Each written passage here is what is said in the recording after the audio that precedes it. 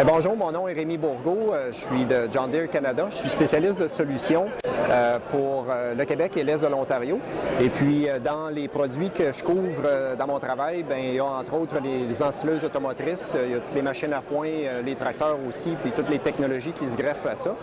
Aujourd'hui, dans le cadre du Salon de la machinerie agricole de Québec, je vais vous présenter la série d'ensileuses automotrices John Deere, de la série 80, qui est une nouvelle série qui vient d'être introduite cette année. Donc ici, sur le plancher du salon, on a une 7380. C'est un échantillon des 7 modèles qu'on peut avoir. Donc on a des modèles qui vont varier en puissance et en gabarit aussi, de 375 jusqu'à 800 HP. Et parmi les nouveautés cette année, on a un modèle qui est nouveau, donc la 7180, qui est un nouveau modèle, en fait, qui nous permet de faire le pont en termes de puissance entre les deux plus petits modèles auparavant qu'on avait dans la série 50. Donc, ça nous permet d'avoir un étagement ou un étalement plutôt de puissance qui est plus uniforme sur toute la série des machines. Et donc, parmi les autres changements sur la série 80, on a la motorisation, entre autres, qui est vraiment le gros changement. On est passé avec des moteurs intérimaires Tier 4. Donc, la 7180 qui est équipée d'un moteur 9 litres. Et tous les autres modèles, à l'exception faite de la 7980, sont équipés d'un 13,5 litres, qui est intérimaire Tier 4. Puis, la 7980 qui est équipée d'un moteur Cummins QSK 19.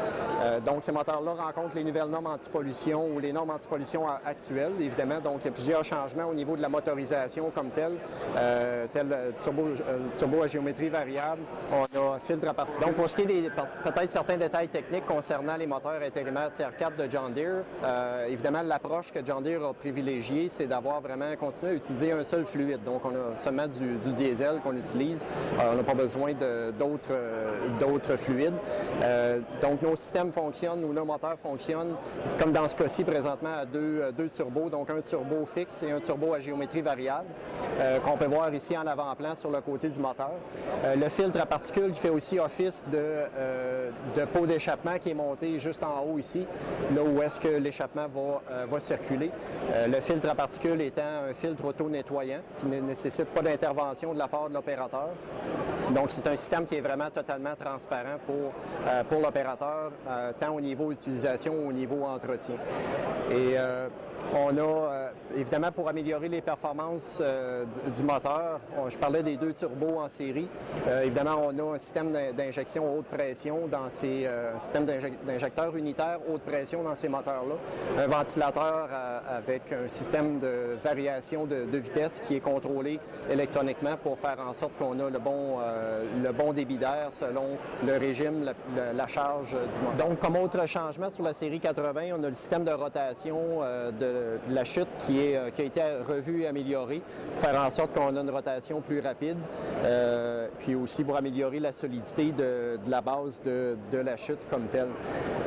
On peut apercevoir aussi sur la chute le point de montage du système Harvest Lab, qui est un capteur d'humidité. Puis maintenant, depuis cette année aussi, qu'on a avec le même Harvest Lab qu'on peut analyser les différents paramètres ou les différents constituants.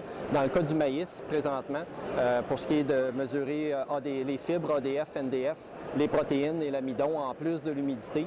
Donc, le Harvest Lab va faire ces lectures-là vraiment en continu quand il est installé sur la machine. C'est un capteur à infrarouge qui va informer l'opérateur puis qui va documenter aussi à l'aide du géopositionnement, qui va documenter cette information-là pour en obtenir des cartes de rendement puis des cartes de constituants. Puis on va voir un petit peu plus loin tout à l'heure, on a le Harvest Lab en mode stationnaire aussi, donc ce système-là a une double utilité. On peut l'utiliser sur la machine quand on est en récolte, puis on peut l'utiliser aussi à la ferme à l'année longue qu'on vous montrera dans une minute. Donc, je vous parlais tout à l'heure du Harvest Lab, qui est notre système de mesure d'humidité puis de constituants pour le maïs. On en a un système ici qui est monté sur la table. Donc, le Harvest Lab, comme je disais tout à l'heure, peut être monté sur l'ensileuse, directement sur la chute pour prendre des lectures en continu lors de la récolte, qu'on peut documenter évidemment, puis faire des cartes de rendement et des cartes d'humidité et de constituants. Par contre, on peut se servir aussi de ce même Harvest Lab-là en mode stationnaire, comme vous voyez ici. Donc, donc à longueur d'année à la ferme. On peut s'en servir pour faire les analyses d'humidité dans le cas de l'ensilage de luzerne, de graminées, de maïs. Puis aussi, on peut mesurer les différents constituants, comme je vais vous montrer dans quelques secondes, pour ce qui est du maïs. Le système consiste en un capteur à infrarouge. Donc, c'est un système de mesure, en fait, un capteur qui va mesurer la quantité de lumière infrarouge qui va être reflétée par la récolte qui est placée ici dans le bol. Puis, par la quantité d'infrarouge qui est reflétée, va nous donner une lecture en termes d'humidité ou en termes de pourcentage selon les différents constituants. Donc, le système fonctionne simplement. On a tout simplement à remplir notre bol de verre ici de matière. Puis, comme vous voyez ici, on a une lampe qui va projeter un faisceau de lumière sous le bol, donc sur la récolte. Puis, la quantité de lumière qui est reflétée dans le capteur va nous donner les lectures dont on parle ici. Donc, une fois qu'on a mis notre récolte dans le bol de verre, il s'agit tout simplement d'appuyer sur le bouton de mesure. Puis, le Harvest Lab, il se met à tourner. Le bol se met à tourner pour faire une analyse complète de toute la matière qui est dans le bol. Puis après quelques secondes, on va voir le résultat qui vont s'afficher à l'écran. Donc, contrairement à un système qui sèche la matière pour mesurer l'humidité, qui peut prendre de 30 à 45 minutes, par exemple. Bien, dans le cas du Harvest Lab, ça nous prend seulement quelques secondes pour avoir une lecture complète de notre humidité. Donc, ça nous permet, entre autres, de faire plus d'échantillonnage dans notre silo ou dans notre silo fosse pour avoir une lecture moyenne qui va être beaucoup plus précise, plutôt que de faire juste un petit échantillon dans un gros volume de matériel. Puis ça nous donne aussi l'avantage de pouvoir faire ces mesures-là à la ferme plutôt que d'attendre d'avoir les résultats d'analyse, parce qu'on sait qu'une fois qu'on a les résultats d'analyse de laboratoire, une fois qu'ils reviennent, bien, la matière qui a été analysée, elle a déjà été alimentée depuis plusieurs jours. Donc, dans ce cas-là, on peut faire nos lectures vraiment instantanément avant même de procéder à l'alimentation, faire un ajustement de ration selon le besoin. Fait que présentement, à l'écran, on a nos résultats de la dernière analyse, échantillon numéro 7 ici. Donc, on voit l'analyse de fibres, de protéines, d'humidité puis d'amidon.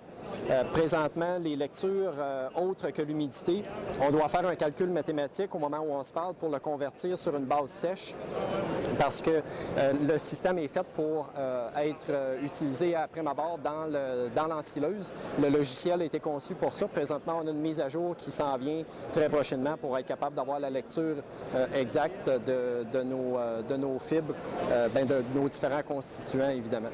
Donc, en gros, ça donne un petit résumé du système Harvest Lab. Pour plus de renseignements, évidemment, vous pouvez visiter un concessionnaire John Deere Forage Pro, dont Agritex ou les équipements Lagu JLD, qui ont des représentants qui sont formés sur ces systèmes-là qui vont pouvoir répondre à vos questions.